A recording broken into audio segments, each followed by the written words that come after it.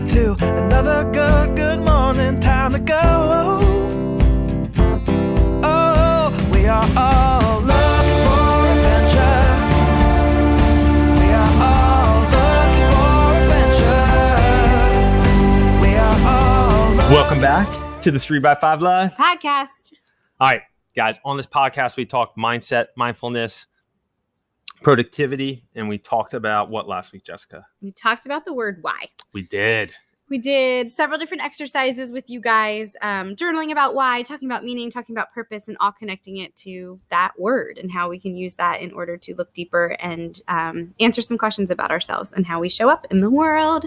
Yeah, and something happened today that we're celebrating. That's part of our why. It is. Yeah, we signed papers about an hour ago on time of recording this on our 5th short-term rental.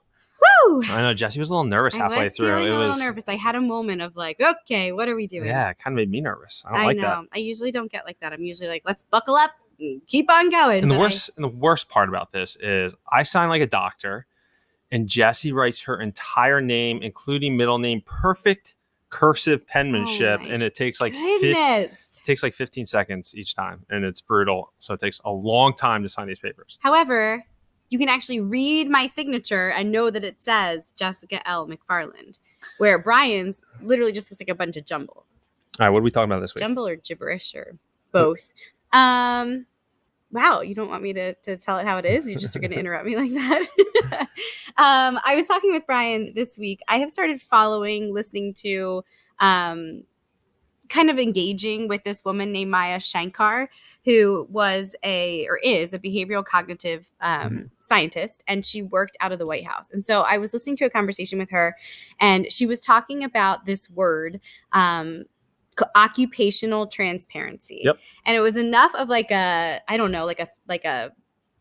flash where I was like, okay, I need to put a pin in this and like really kind of chew on this for a little bit. And so I remember talking to Brian, bringing it home and being like, hey, I want to talk to you about this idea of occupational transparency, which basically means, she was talking about in the context of her work at the White House, where she, I think that she was saying, like, obviously there's a lot of distrust from the people and the government. And when something is trying to move forward, like a bill or some type of document, it takes a really long time. Yeah. And she was saying how this idea of pulling the curtain back on the process, even though it did not change the timeline of how long a bill would take to pass, it created a lot more trust. And so this got me thinking about the idea of relational trust and how often we don't let people in from a vulnerability standpoint to what the messy parts of any given process, right? Yeah. And so I thought, like, yeah, she was using this in the context of her work at the White House, but I think this could be translated into any work we do, whether it be with a team of people, if you're in a leadership role, it could be with your family members.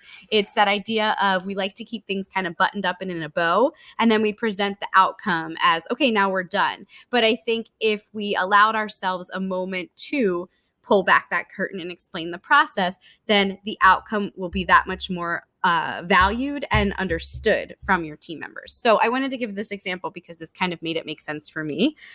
She was talking about how in, like, let's say any given city, if you live in a city or you live in a place where you think about road work, right? And you might have like a huge pothole or some type of road disruption in your city that you pass every single day. Every single day you pass that, you probably have a sense of frustration, a sense of nobody cares, a sense of like a lack of trust and faith in the fact that it's actually going to get fixed.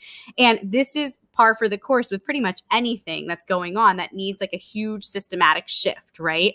And so she talks about this idea that this one city created an app that would allow the user to log in, and at any given time, you could see the point of location and which roadwork projects were being worked on. So it might say May 20th, East Neal Street is getting a pothole filled in, right? And just that ability to see like, oh, they are working. It's not like in a standstill. There is progress being made. She said that there was less phone calls, there was less emails, there were less like people who were complaining, and then it alleviated that feeling of distrust. And so just like that alone got me thinking, like, what could this app or this ability to give updates that allow that person who you are going to be giving your outcome to feel a little bit more at ease and at peace with what you're doing. Yeah. I mean, because as leaders, we want to hide all the messy stuff. Mm-hmm. We want to protect our people from, what might be going on in the background, and having that authentic, open transparency with them with what's happening is so monumental. And using a real world example for me personally, now that you just dropped all the science on it. So I'm a part owner in a machine shop, and we're still, fairly small, and we're in the manufacturing space. And, over the last year, we've had pretty significant growth, and we've hired more people on, but we brought on a customer and won this contract about 4 or 5 months ago.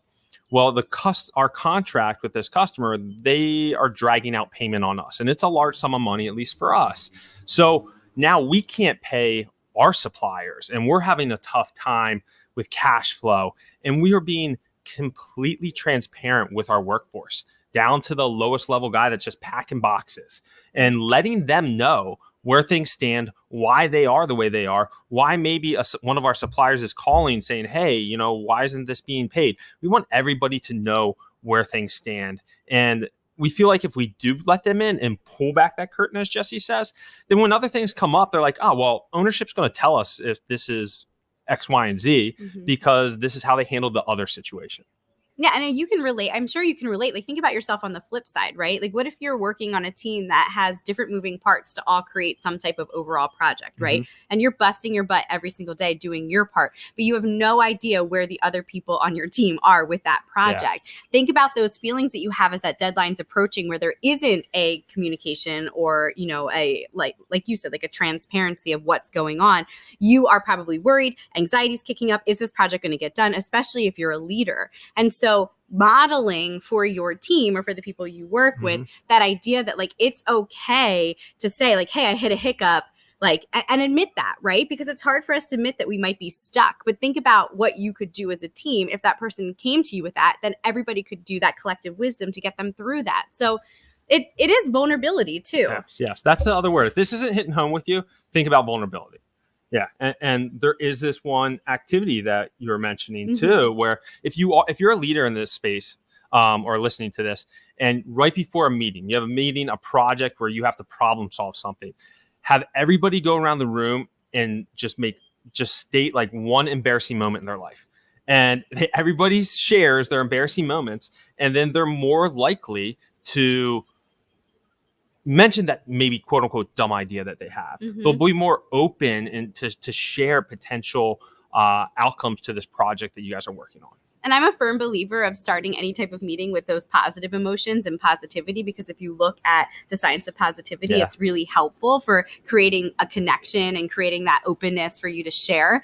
But this was such an interesting conversation because that is true, right? Like, it does create like a sense of community, but the embarrassing story, that from a psychological safety standpoint, that's risky, right? Yeah. The positive conversation, like sharing something that's going well, that's a little bit of a safer conversation. But think about the level of connectivity that would happen once you shared something that like showed like resilience and showed kind of like a failure and then pushing through that failure. And it also gives other people permission to share those failures as they arise. So that's a really good point. And I love that exercise, and to think about that and even translate that into like our family, sharing something like what's your highs and your lows. A lot of times we celebrate our wins or our gratitude or what we're grateful for, but our those lows and what was like a really strong or a really low point of your day, those conversations are going to be so much richer from a learning standpoint for our children, because that's where the growth occurs. Yeah. And I like to think about being like showing our kids the messy side of us. And when I say the messy side, if I have a big presentation I'm about to do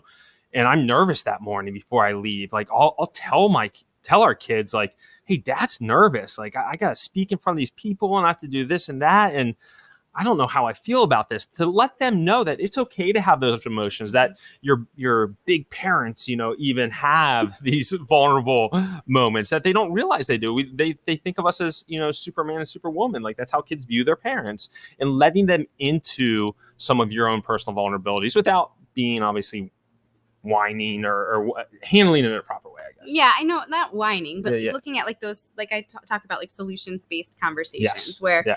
you're complaining, but you're doing it in a way that's looking for solutions, because that's always the part that will move you forward.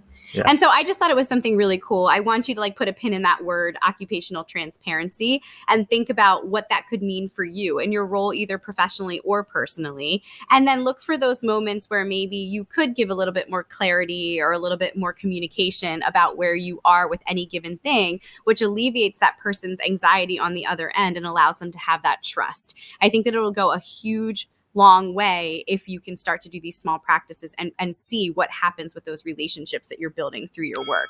Yep. Beautiful. That's all we got for you. All right. Until next week, guys. Have a good weekend. Hello world, wake me up to another good morning. Time to go.